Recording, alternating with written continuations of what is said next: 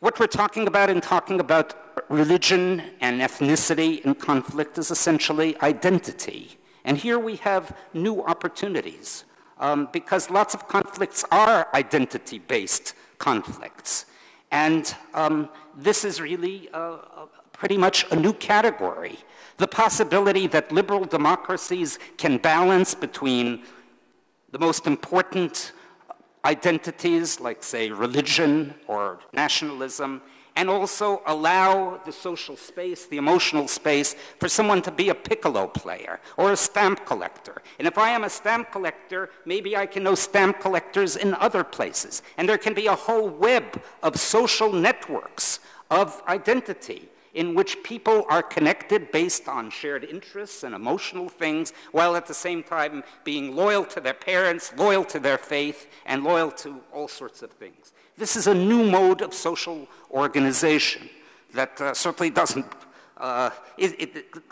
is not more than a few decades old, that we now have to start thinking about, which is a framework in which to sort out the issues of ethnic and religious incitement for violence. Let me give you just a few case studies in conclusion of moments that I witnessed that I thought had this balance. Well, let me start even before that with a story of how these things can be balanced. This is actually the story of the Talmud about how Mount Zion became Mount Zion and how the Holy of Holies, the temple, became that designated place. The Bible mentions a sacred place many, many times and doesn't attach the name Jerusalem. Bamakom asher yivchar, in that place which it will be chosen. Yes, the Jews were promised a Jerusalem, but the name is missing. The Talmud fills in on this. What does the Talmud say? A story about two brothers who lived on either side of what is now Mount Zion. One was married and had small children, and one was a bachelor. And each of the two brothers was very concerned about the other brother and his special circumstances. The married brother thought, my poor brother, he's all alone. What will happen when he's sick and old? Who's going to take care of him?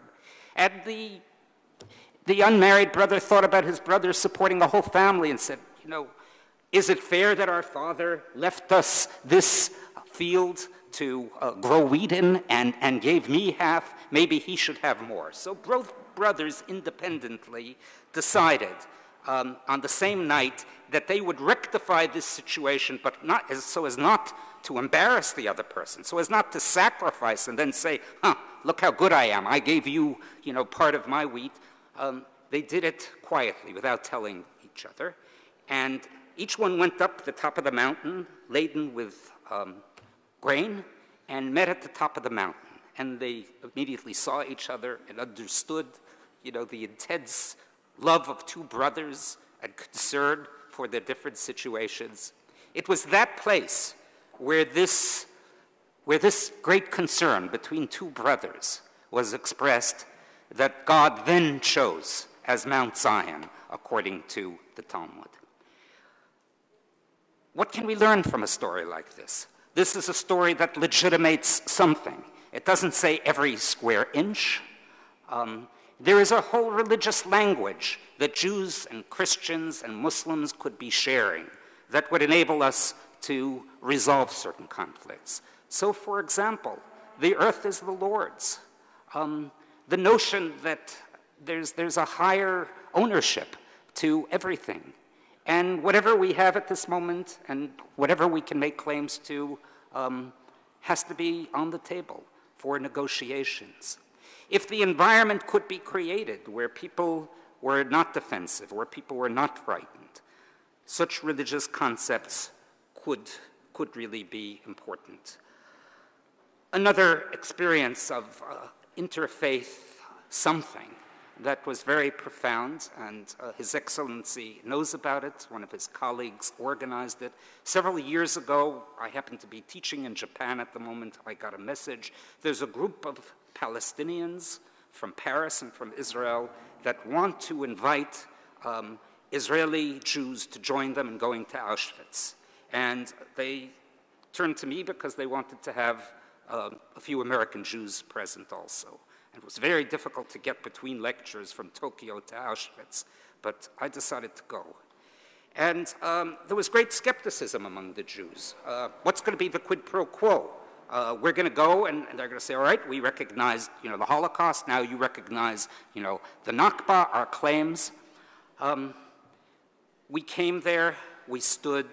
It wasn't my first choice for a way of going to Auschwitz. I had been there many times. I would never go with anyone, let alone strangers.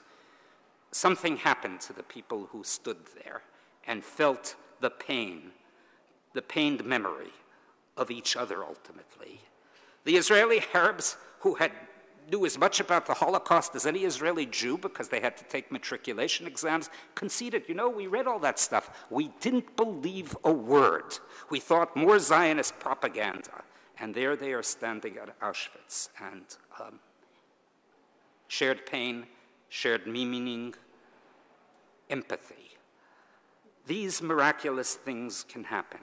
I've seen it in musical performances.